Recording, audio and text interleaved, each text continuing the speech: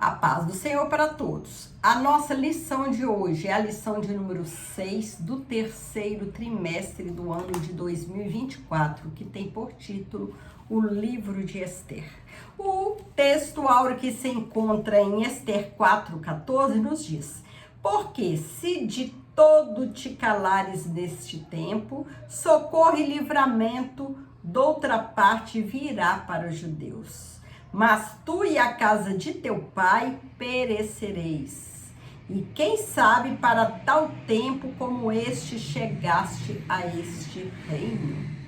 A verdade prática, a perfeita vontade de Deus é nos guiar por caminhos que levem ao cumprimento de seus eternos propósitos. Deus, Ele quer sempre o melhor para nós.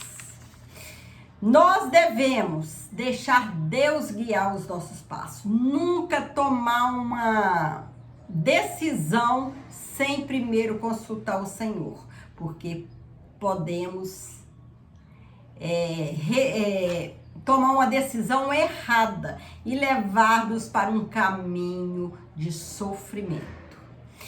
Então, nós, servos do Senhor, tudo que a gente for fazer, toda decisão a ser tomada, primeiramente, vamos falar com o Senhor, ter um particular com o nosso Deus, para que Ele possa nos guiar no caminho certo. Porque Deus, Ele quer o melhor para nós.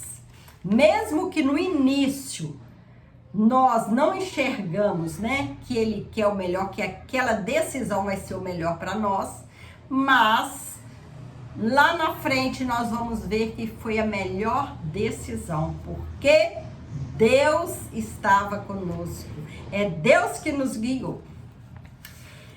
A introdução. Concluímos no estudo de Ruth até semana passada, Estávamos estudando um pouquinho sobre Ruth. Agora, a partir de hoje, nesta lição, nós vamos iniciar o estudo do livro de Esther. Ruth é cheio de referências expressas ao nome de Deus. Esther, por sua vez, tem como característica singular e sempre destacada a completa ausência do nome de Deus. Nem por isso o agir divino deixa de estar patente no livro. Esther não contém alusões diretas ao Deus da providência, mas nos apresenta uma história cujo roteiro é, por inteiro, uma manifestação da providência de Deus. A organização do livro. Da mesma forma que Ruth, Esther pertence aos escritos, os 11 livros que compõem a terceira seção da Bíblia hebraica. E nesta seção, também ao lado de Ruth, integra o Megilot, os 5 livros curtos lidos anualmente nas festas judaicas. As categorizações de Ruth e Esther também são semelhantes na Bíblia cristã, na qual figuram entre os livros históricos. Por sua reconhecida canonicidade, Esther compõe o conjunto de revelação divina escrita, completa e perfeita. As características literárias. O livro de Esther tem 10 capítulos. Dentre suas características literárias, destaca-se sua objetiva historicidade vista na expressa referência ao rei perso Assuero. Esther, capítulo 1, versículo 1. E em vários outros detalhes factuais, além de seu caráter de fonte primária para a festa de Purim, anualmente celebrada pelos judeus. O estilo narrativo é menos dialógico que o de Ruth. O texto é mais do que narrador do que personagens. A autoria Autoria e data do livro. O autor de Esther é desconhecido. Muitos estudiosos consideram que o livro foi escrito por um judeu que viveu na Pérsia, pelo fato de o autor demonstrar amplo conhecimento da cidade de Suzã e de sua estrutura, e de importantes documentos do Império Persa. Considerando essa possível autoria e algumas evidências internas, acredita-se que o livro seja datado ainda do século V a.C., por volta do ano de 460 a.C., logo após a morte de Assuero, ocorrida em 465 anos antes de Cristo. Outro fator levado em conta para essa datação é de ordem linguística. O autor empregou algumas palavras persas em meio ao hebraico, mas não fez uso algum de expressões originárias do grego, o que revela um estilo anterior à ascensão da Grécia sobre a Pérsia, que se deu com Alexandre o Grande em 330 a.C. Agora vamos ver o contexto histórico. O povo hebreu no exílio. Para uma melhor compreensão do contexto histórico do livro de Esther, é importante mencionar o final do período da monarquia do povo hebreu. Em 722 a.C., houve a queda do reino do norte sob os assírios. Está escrito lá em 2 Reis 17:6. Pouco mais de 100 anos depois, Judá, o reino do sul, foi levado para o cativeiro babilônico em 3 levas, em 605, 597 e 586 a.C., conforme Jeremias havia profetizado. O exílio da Babilônia duraria por 70 anos. Jeremias 25:11. Capítulo 29, versículo 10 ao 14. Foi um período em que Deus tratou com Judá, principalmente para extirpar a idolatria que havia contaminado a nação. Ezequiel 36, versículo 16 ao 25. Deus abomina todo pensamento, sentimento e comportamento idolátricos. Deus, ele não gosta de idolatria. Por isso, nada em nossa vida pode ocupar o lugar que pertence a Deus. Deus, ele é a primícia da nossa vida. É ele que tem que vir em primeiro lugar. Adorar somente a Deus. Deus, ele é o centro das nossas vidas. É ele que nos guia, é ele que dirige as nossas vidas, é ele que nos abençoa, é ele que está conosco. É ele que é merecedor de toda a honra, de toda a glória. Não devemos, não podemos colocar alguém ou alguma coisa antes do Senhor. O Senhor é primícia em nossa vida. Ele é o Deus que governa. É ele que merece todo louvor, toda honra e toda adoração. O fim do exílio. Ao mesmo tempo em que julgava Judá por sua idolatria, o Deus eterno, juiz de toda a terra, exercia seu justo juízo sobre a Babilônia por sua iniquidade. Jeremias 25:12. Antes já havia julgado a Síria como profetizado por Naum. Deus não tem o culpado por inocente. Naum, capítulo 1, versículo 2 e 3. Em 539 a.C., Ciro venceu os babilônios e anexou seu território ao Império Persa. Logo, no primeiro ano do reinado, despertou o Senhor o espírito de Ciro, rei da Pérsia, e o fez decretar o retorno do povo judeu para Jerusalém.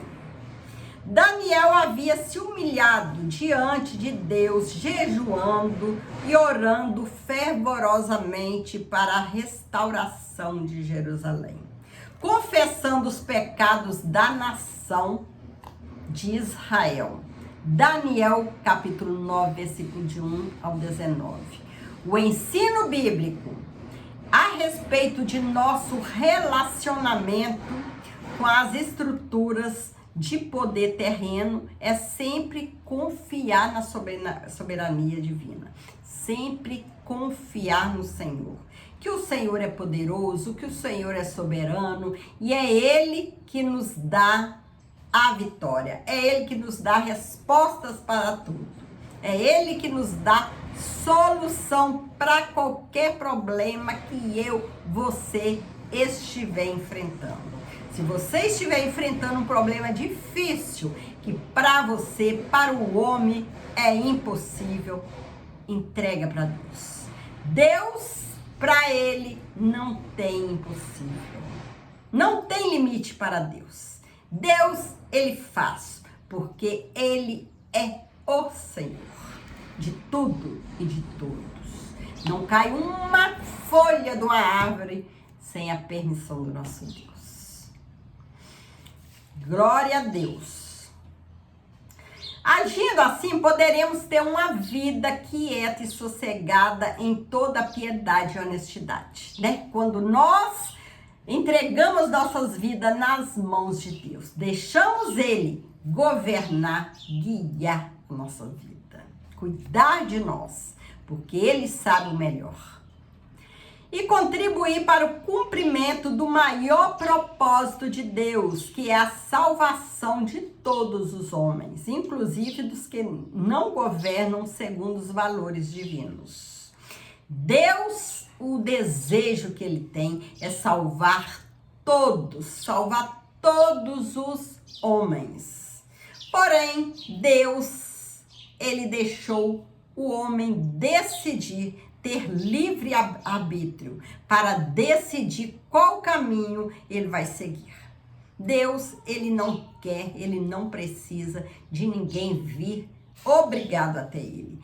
Ele quer que nós chegamos até Ele humildemente, mansamente, com o coração quebrantado, sabendo que nós somos dependentes do Senhor. Sem Jesus, a gente não vive. Jesus é vida, o Senhor é vida e é Ele que cuida de nós. O pós-exílio. Esther registra fatos ocorridos na capital do Império Persa. Susã. Entre o primeiro e o segundo retorno dos judeus para Jerusalém. Deus, Ele quando quer abençoar o seu povo, Ele usa até pessoas incrédulas como canal para abençoar o seu povo.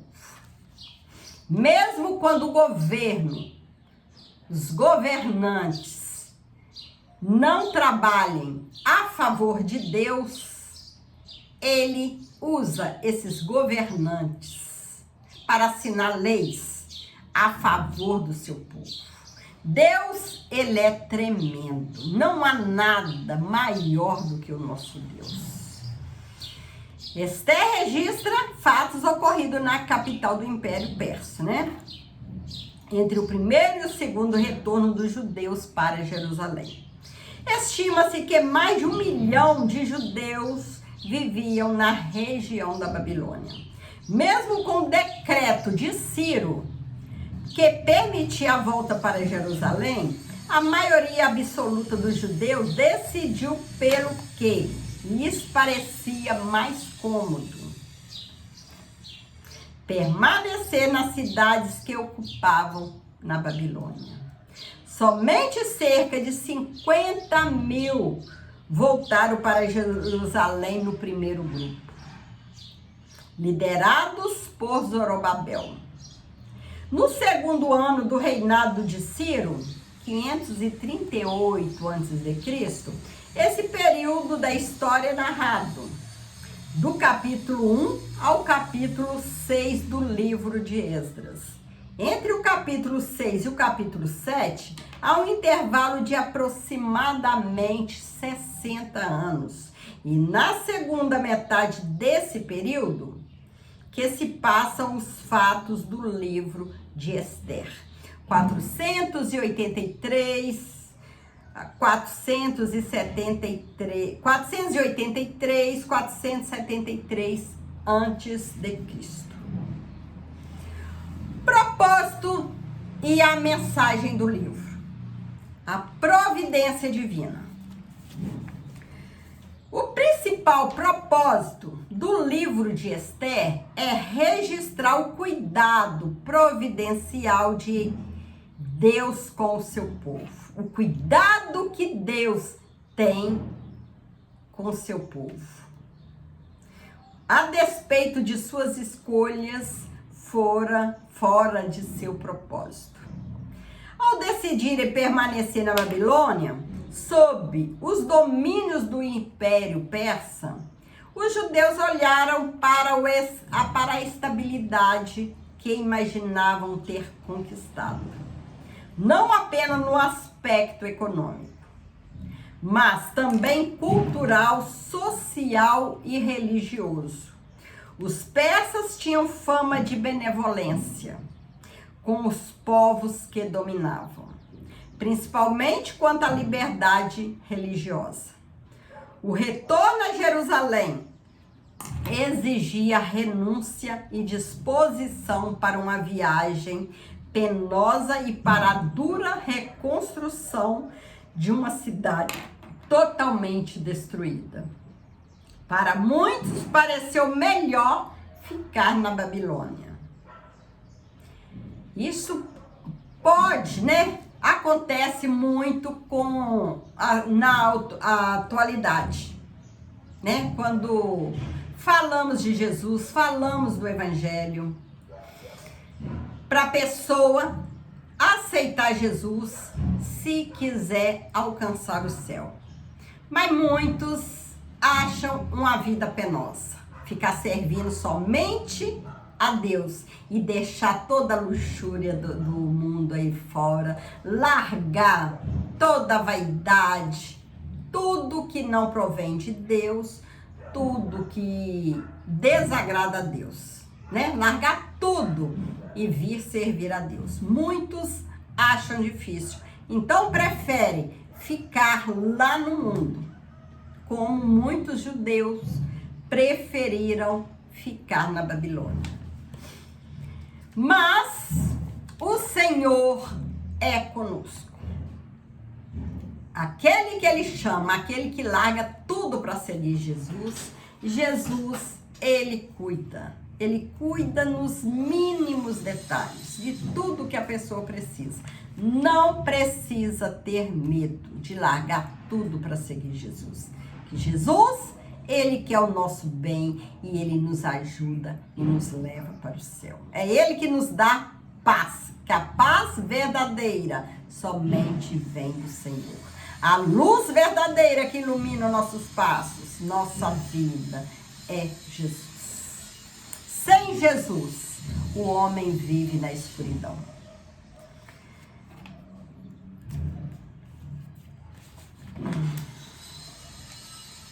Então, ao decidirem permanecer na Babilônia sob os domínios do Império Persa, os judeus olharam para a estabilidade que imaginavam ter conquistado, não apenas no aspecto econômico, mas também no aspecto cultural, social e religioso.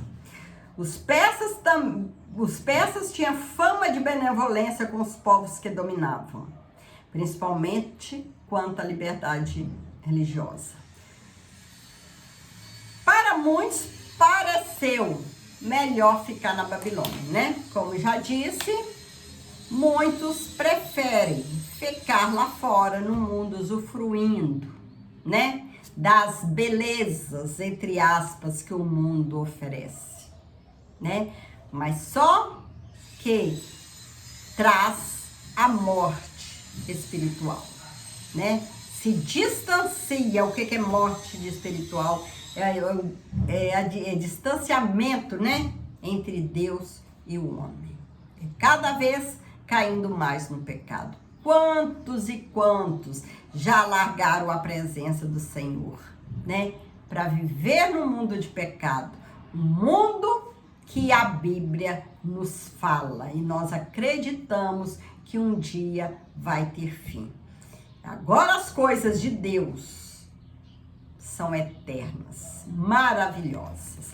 É por isso que devemos lutar para conseguir o nosso lugarzinho perto do Senhor.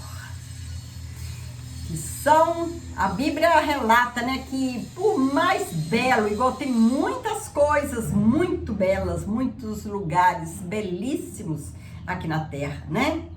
Mas a Bíblia nos diz que nada se compara à maravilha, à beleza que há ali no céu.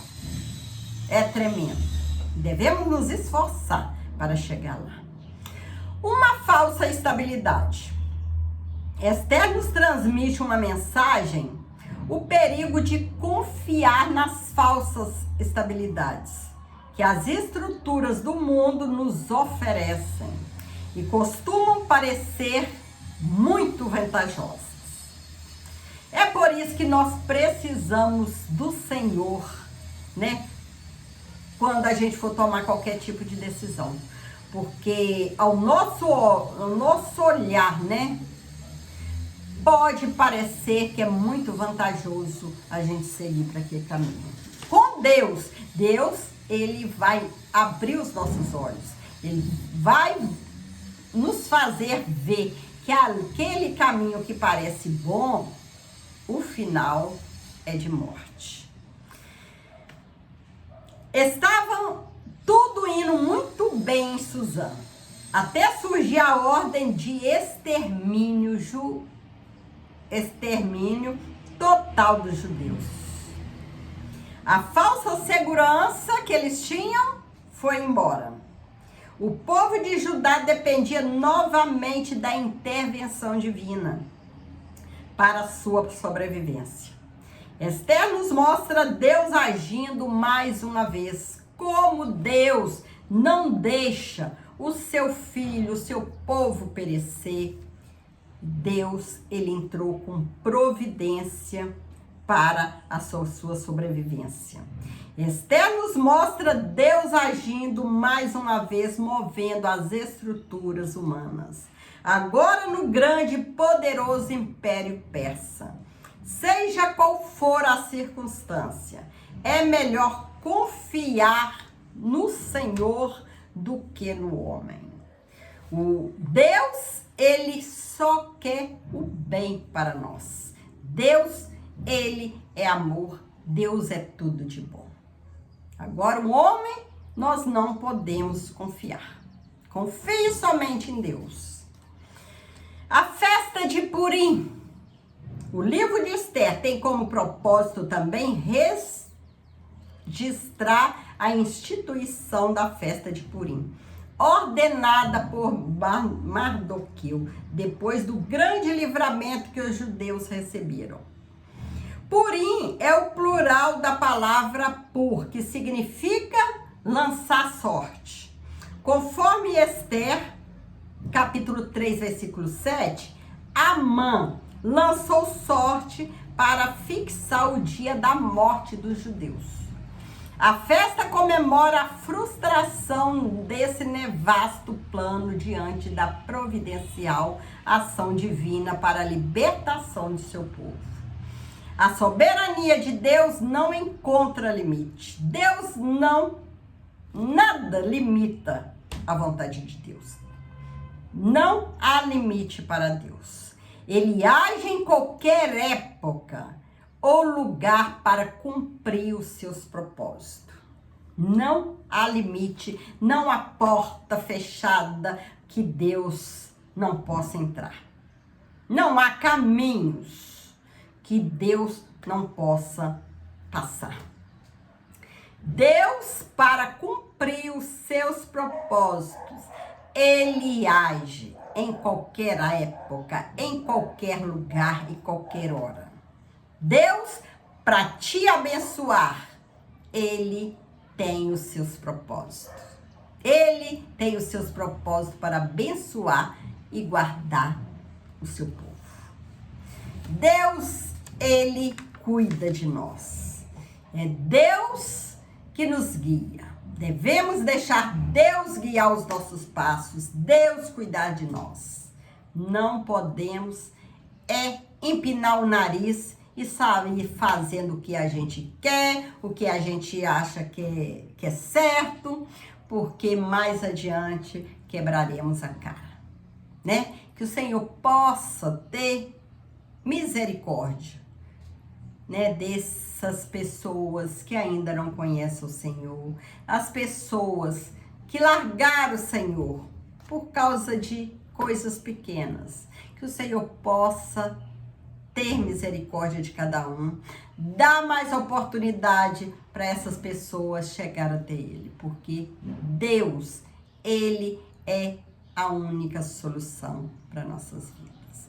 Chegamos à conclusão da lição de hoje. O livro de Esther nos lembra de que vivemos neste mundo, mas não devemos confiar em suas estruturas. Todos os reinos deste mundo passarão. Nada ficará nessa terra. Tudo passa, menos a palavra do Senhor. Tudo que Deus nos prometeu vai se cumprir. Deus nos prometeu morada no céu, que nossa morada já está preparada. Nós cremos que nossa morada já está preparada no céu, como o Senhor nos disse. E cremos que nós subiremos com o Senhor, quando Ele nos chamar e levar-nos para morar com Ele. Glória a Deus. Por isso a palavra de Deus diz que a nossa cidade está no céu. Somos peregrinos aqui na terra, donde também esperamos o Salvador, o Senhor Jesus Cristo. Filipenses 3:20. Nossa cidade é celestial. Nós estamos aqui na terra por passagem. Muitos Jesus já chamou. E muitos Jesus ainda vai chamar, porque morada no céu tem para o mundo inteiro, se todos quiserem se converter a Jesus. Há lugar para todos no céu, porém vai depender de cada um. Que Deus, Ele deu livre arbítrio para o homem, que possa escolher o caminho a seguir, né? Deus não quer ninguém obrigado. Deus não puxa o homem à força para servir a Deus. Deus, Ele quer que nós chegamos até Ele por livre e espontânea vontade, com humildade, com coração quebrantado, né? Sabendo que nós somos dependentes do Senhor, que o Senhor é o nosso pastor. Glória a Deus. Chegamos ao final. Que o Senhor possa continuar nos abençoando, abençoando você, abençoando a sua família, abençoando os seus vizinhos, seus colegas, amigos. Que o Senhor possa continuar te usando para levar Jesus até as vidas que ainda não conhecem o nosso Senhor. Deus te abençoe e te guarde sempre. Amém.